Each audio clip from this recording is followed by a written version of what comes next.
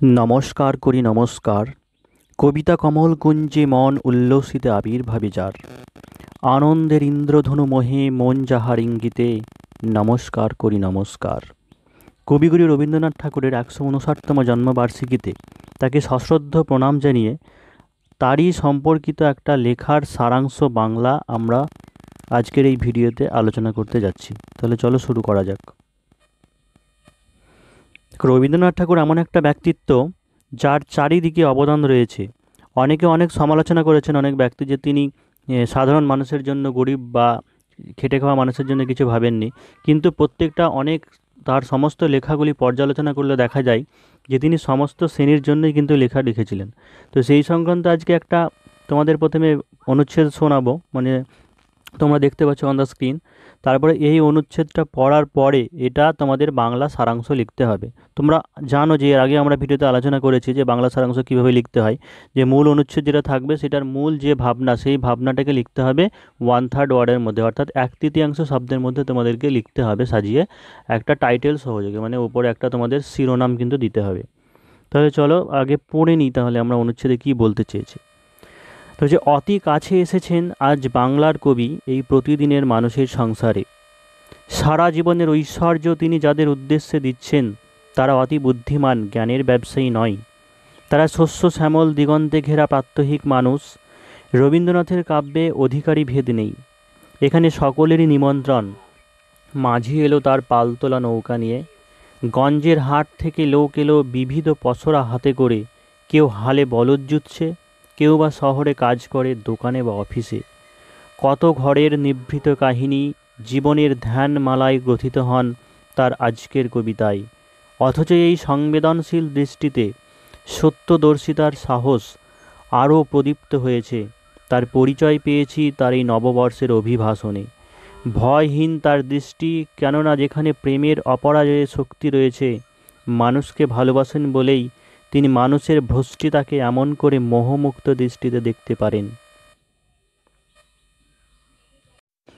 তাহলে দেখো এখানে শব্দ সংখ্যা 113 আছে, মানে প্রথমে যখন দেখবে যে 113টা যদি শব্দ সংখ্যা দিয়ে দেওয়া থাকে তাহলে এখানে 3 দিয়ে এখানে ভাগ করে নেবে যে কতগুলো হচ্ছে।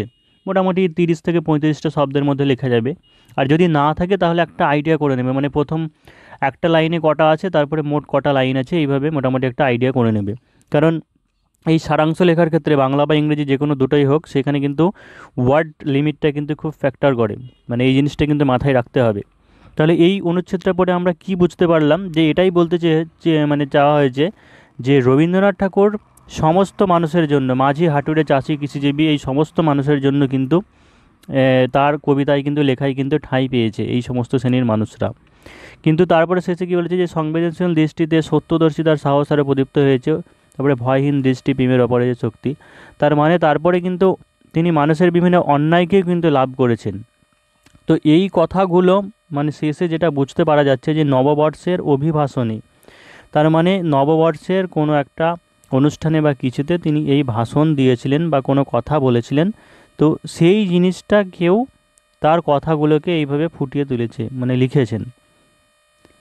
তাহলে চলো আমরা যদি উত্তর করি, আনসার করি, তাহলে কীভাবে লিখবো, মানে কি লিখবো, এটাকে সারাংশ যদি করি, তাহলে সারাংশ লিখতে গেলে কিন্তু প্রথমে একটা হেডিং, উপরে কিন্তু আমাদের শিরোনাম কিন্তু মনে মনে সাজিয়ে নিতে হবে। তাহলে এটা দেওয়া যায় যে মানুষের কবি রবীন্দ্রনাথ, কারণ সব শ্রেণীর মানুষের জন্য যেহেতু রবীন্দ্রনাথ লিখেছেন, মানে তার কবিতায় যেহেতু ঠাঁই পেয়েছে বা তার কাব্যে লেখায় ঠাঁই পেয়েছে, তাই এটা বলতেই পারি যে মানুষের কবি রবীন্দ্রনাথ। তারপরের পয়েন্টটা কি, তারপরে পয়েন্ট হলো যে সকল শ্রেণীর মানুষ, খেটে খাওয়া, শ্রমজীবী, চাকরিজীবী সবাই স্থান পেয়েছে। তারপরের পয়েন্টটা কি, যে তিনি মানুষকে ভালোবাসেন, সেই জন্য সত্যান্বেষী দৃষ্টিতে তিনি মানুষের অন্যায়টাকেও কিন্তু লাভ করে নিয়েছেন। তারপরে পয়েন্ট হচ্ছে কি, নববর্ষের অভিভাষণে বা নববর্ষে তিনি যে বক্তৃতাটা দিচ্ছিলেন সেখানে তার এই কথাগুলি ফুটে উঠেছে। তাহলে এই হচ্ছে পয়েন্ট, এইগুলোকে এবার সাজিয়ে লিখতে হবে। দেখো যারা WBCS দেবে বা পিএসসি তোমাদের মিসলেনিয়াস বা ICDS-এর এক্সামে কিন্তু এইরকম কিন্তু ঘর কাটা থাকবে, এরকম ঘর কাটা থাকবে, তোমাকে নিজেকে কাটতে হবে না, এবার এই ঘরে ঘরে লিখতে হবে, তাহলে বুঝতে পারবে যে কতগুলি ওয়ার্ড হলো। কিন্তু পিএসসি ক্লার্কশিপের ক্ষেত্রে সাধারণত থাকে না, যদি থাকে তাহলে এইভাবে করবে, যদি না থাকে তাহলে কোনো অসুবিধা নেই, ঘর কাটা দরকার নেই। তাই আমরা এইভাবেই করেছি, তাহলে বুঝতে পারবে যে ওয়ার্ড কতগুলি কাউন্ট হলো। তো তাহলে দেখো কী লিখেছি যে রবীন্দ্র কাব্যে মাঝি, হাটুরে, চাষি, মজুর, চাকুরিজীবী সকল স্তরের মানুষই ঠাঁই পেয়েছেন। মানুষকে ভালোবাসেন বলেই তিনি অত্যন্ত নিরাসক্ত সত্যান্বেষী দৃষ্টিতে মানুষের অন্যায়কেও লাভ করেছেন। তার নববর্ষের অভিভাষণে এই কথাই ফুটে উঠেছে।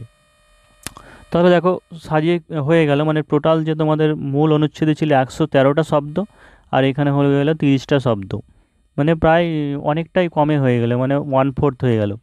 তোমরা যদি পারো যে ছোটোর মধ্যে ফুটিয়ে তুলতে তাহলে অনেক কম হয়ে যেতে পারে, কোনো অসুবিধা নেই, কিন্তু 1/3 বেশি যেন না হয়ে যায়। কোনো কোনো ক্ষেত্রে 1/3 একটু বেশি হতে পারে, 1/3 থেকে 3-4টে শব্দ বেশি হতে পারে, 5টা শব্দ ম্যাক্সিমাম বেশি হতে পারে, কিন্তু তার বেশি কিন্তু করা যাবে না। তার বেশি করলে কিন্তু নম্বর কাটা যাবে, মার্কস কাটা যাবে। তো এইভাবে তোমরা যদি লেখো তাহলে মোটামুটি ভালো নম্বর পাবে।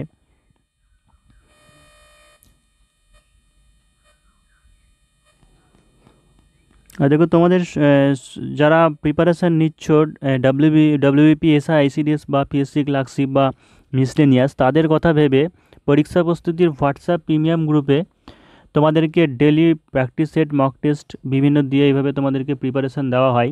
তারপরে তোমরা একটা মিনিমাম ফিজ দিয়ে সেখানে জয়েন হয়ে যেতে পারো, তাহলে এই সমস্ত এক্সামের ফেসিলিটিস তোমরা ওখান থেকে পেয়ে যাবে, সমস্ত নোটস পেয়ে যাবে, প্র্যাকটিস সেট, মক টেস্ট এগুলো সব দিতে পারবে। তো তোমরা যদি কেউ ইচ্ছুক থাকো এই সমস্ত এক্সামগুলো দেওয়ার জন্য বা প্রিপেয়ার হওয়ার জন্য, প্রিপারেশান নেওয়ার জন্য, তাহলে তোমরা এই নম্বরে কন্ট্যাক্ট করতে পারো।